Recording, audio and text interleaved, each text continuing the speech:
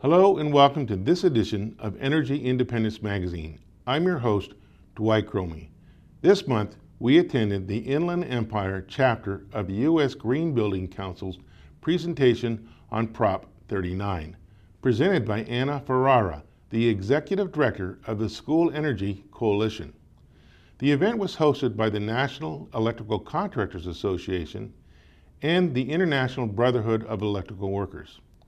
The audience included school administrators, builders, vendors, and city planners. We were able to talk to Anna and other key attendees at the event. I'm here with Rick Foxman with this hosting the Green Schools Initiative. Can you tell me what do you hope people are going to walk away with today's event? Well, tonight we have Anna Ferrera from the School Energy Coalition here to talk to us about Proposition 39. Back in November, the voters passed Proposition 39, which is a green workforce bill, which is allowing $5 billion in funding over the next 5 years for California schools and community colleges for energy efficiency projects. Currently, the proposition was put onto this year's budget and approved, and is at the California Energy Commission, where they are finalizing the final requirements and stipulations for funding. So, what we're hoping tonight is that we have school districts and vendors from across the Inland Empire here to figure out how this money is going to be allocated to schools, and hopefully a lot of our local businesses will be able to take part in these projects and improve efficiency for our local schools. What type of employment do you think this new Prop 39 money is going to do? Do you think it's going to create a sufficient amount of jobs here in the region? Well, again, the projects as stipulated in the proposition are geared towards energy efficiency. And so, as you can imagine, the range of projects, there's a huge range of projects, everything from lighting to air conditioning systems to solar panels to insulation and weather stripping. So, again, the stipulations of what types of projects are going to be approved and what kind of funding is going to go, how much funding is going to come out, will be determined in the next few months by the Energy Commission. But it's bound to result in a lot of jobs for local businesses.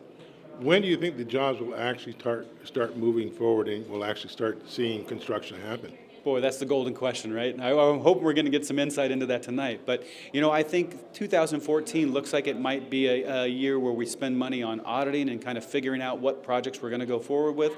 And late 2014-15, seeing projects finally starting to roll. But after that, I think every year will be construction rich. And how important is it for schools to really get those due diligent audits done prior to starting projects? Well, I think it's, from my own perspective as a contractor myself, I think it's extremely important for a client, for an owner to know what they have before they jump in, so they can assess what types of projects are good for them, and again, what types of budget, what types of money they're looking at for these different types of projects. I think an audit opens up a nice array of possibilities that might not be possible if you just jump in after one project. So I'm a fan of audits, but again, I'm not sure if this bill will require audits or not. We'll have to see what comes out of the Energy Commission. Hi, I'm here today with Anna Ferrera from the School Energy Coalition, and she's here to talk about Prop 39. Yes. Could you explain a little bit about Prop 39 first? Well, Prop 39 was a proposition that was voted on in November 2012, this past year, and it included its new tax revenue, which is exciting for many folks in the state. It was a tax tweak that was the result of looking at the way multi-state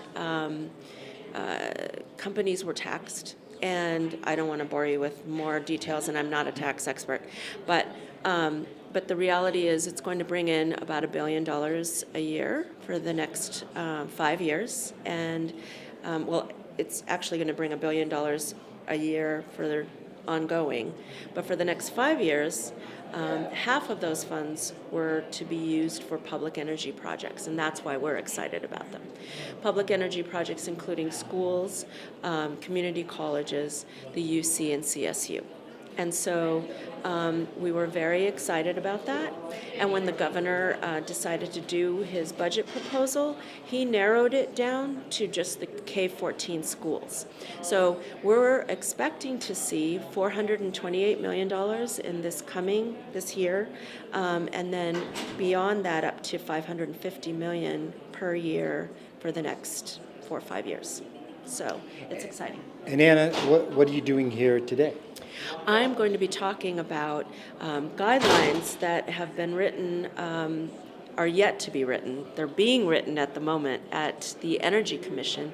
They should be released this week, but haven't yet, so we're expecting those. But they're guidelines for schools on what kinds of projects are going to be acceptable under the Prop 39 guidelines, and what types of standards will be used, efficiencies, cost savings, all kinds of things that are written right now just in trailer bill language, but we're waiting to see what the actual rules will be. So I'm going to be talking about the parameters, kind of what generally is in the language right now, and then we're going to be talking a little bit more about how schools can use their teams, their existing teams internally, and also, vendors and private sector folks who are, experts in this area and can help schools develop auditing and planning and other things that will be involved with getting these retrofits done. Hi, I'm here with Jeff Farr from Daniels Electric. And Jeff, with this Prop 39 meeting, what did you learn today? Well, we learned that there is funding coming available for the school districts for energy projects, and it kind of educated us on how to go about preparing our clients to apply for those funding, for those dollars over the next 5 years. And what do you hope from Daniels Electric? What kind of work do you hope to get out of this? We certainly hope to get some lighting retrofit projects, or possibly some solar electric projects. The program looks like it offers a wide range for the school districts to utilize the money for, but since we're an electrical contractor, I think we could probably pick up some work in that arena. And Jeff, are you already working with the schools? Yes, our primary business is with K-12 projects. We've been in that industry, in that market sector, for about 30 years now. So you'll be primed for this money that's coming Certainly.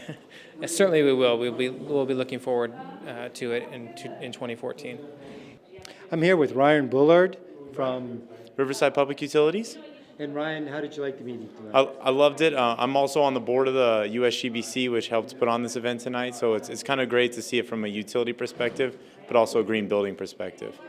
Now, the CEC has not come out with their guidelines yet. Is there anything in particular that you'd like to see coming out with those guidelines? Well, I first got to praise what's happening. This is a great opportunity for a lot of the schools to be able to become more energy efficient.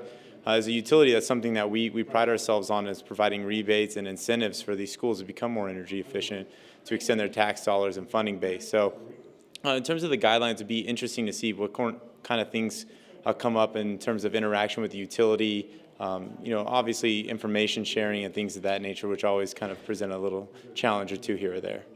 Now, the program, as I hear it, it's efficiency first and renewable second.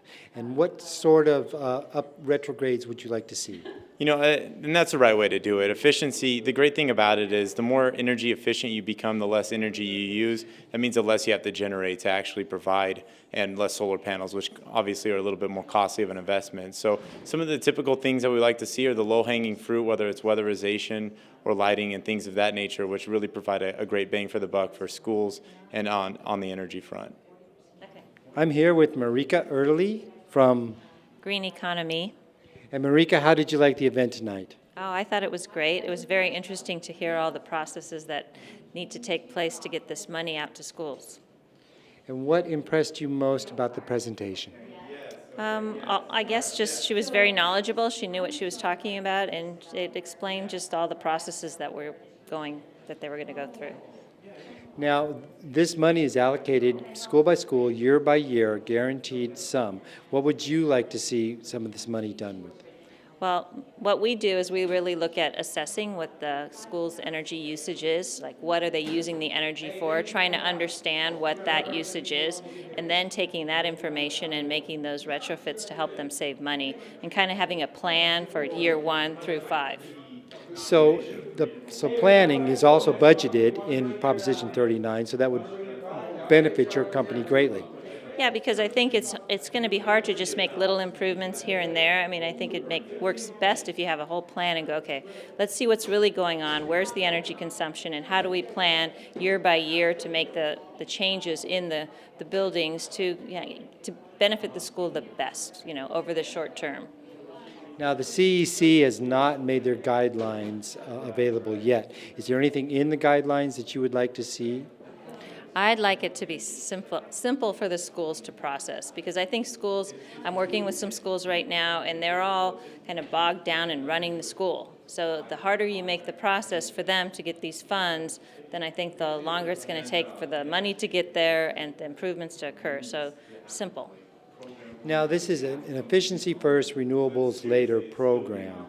Do you see that as a benefit?